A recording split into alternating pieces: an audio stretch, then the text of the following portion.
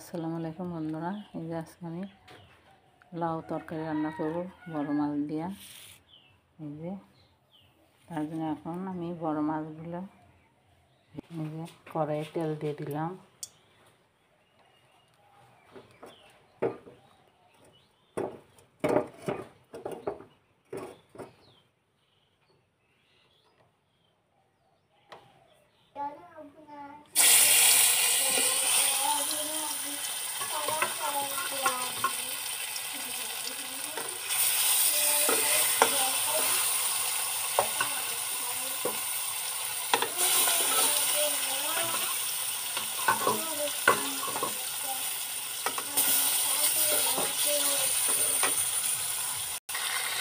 আমার মাছটা হালকা ভাজা হয়ে গেছে, এখন আমি উঠিয়ে দিব।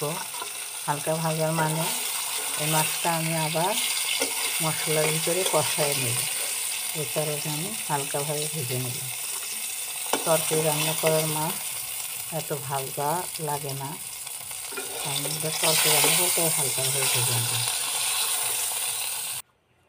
এখানে আমি তেল দিয়ে দিলাম,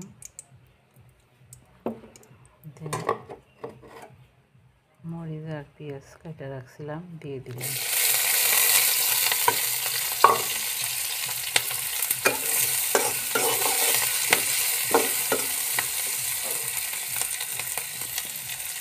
পেঁয়াজ মরিচ লাল হয়ে গেছে, এখানে আমি সবগুলো মশলাগুলো রেখে দিছি, দিয়ে দিলাম।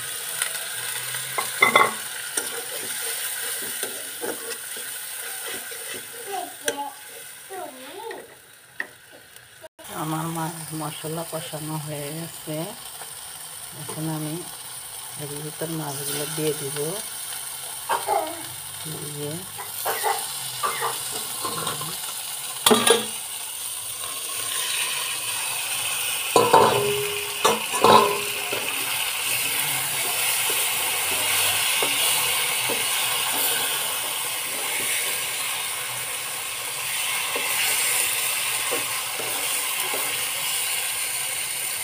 এখন আমি ঝোল দিয়ে দিব। মাছ কষানো হোক, এই ঝোলে মাছটা হয়ে গেলে, মাছে লবণ ঝাল ঢুকে গেলে মাছগুলো আমি একটা একটা করে আবার উঠায় নিব, নিয়ে এর ভিতরে আবার লাউ দিয়া কষাবো, কষাইয়ে তারপরে মাছ দিয়ে একটু ঝোল দিয়া।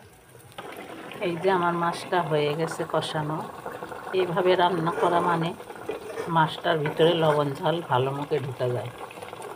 যেমন অনেকে শুধু মাছ লবণ আর হলুদ দিয়ে ভেজে নিয়ে তরকারি রান্না করে ওর উপরে দিয়ে দেয়। আমি মনে করি ওই মাছটার মধ্যে লবণ ঝাল ঢুকে না পুরো দমে। যেভাবে রান্না করলাম মাছটা খেতে অনেক ভালো লাগবে। মাছের ভিতরে লবণ ঝাল সব ঢুকে গেছে। এই যে মাছের কালারটা অন্যরকম হয়ে গেছে, চেঞ্জ হয়ে গেছে। আবার লাউ দিয়ে লাউ কষায় নিয়ে লাউর মধ্যে একটু হালকা ঝোল দিয়ে মাছটা দিয়ে দিব, বা সুন্দরভাবে হয়ে যাবে। এখন আমি একটা একটা করে মাছগুলো তুলে নিব, একটা একটা করে মাছগুলো আমি তুলে নিব, নিয়ে আমি এর ভিতরে লাউ দিয়ে দিব। এই যে আমি লাউ দিয়ে দিছি, এখন একটু লেড়ে দিয়ে ঢাকে দিব।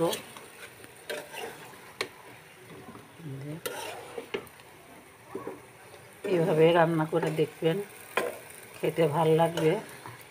মাছের ঝোলটাও ভালো হলো, মাছটার ভিতরে লবণ ঝালও ঢুকলো সুন্দর মতে, তরকারিটা খেতেও ভালো লাগবে। আর শুধু হালকা লবণ হলুদ দিয়ে মাছ ভেজে তরকারির উপরে দিলে ওই মাছটা আমার কাছে ভালো লাগে না, খাইতে কেমন যেন কেমন লাগে। এই জন্য আমি এভাবেই রান্না করি। পানি উঠে গেছে,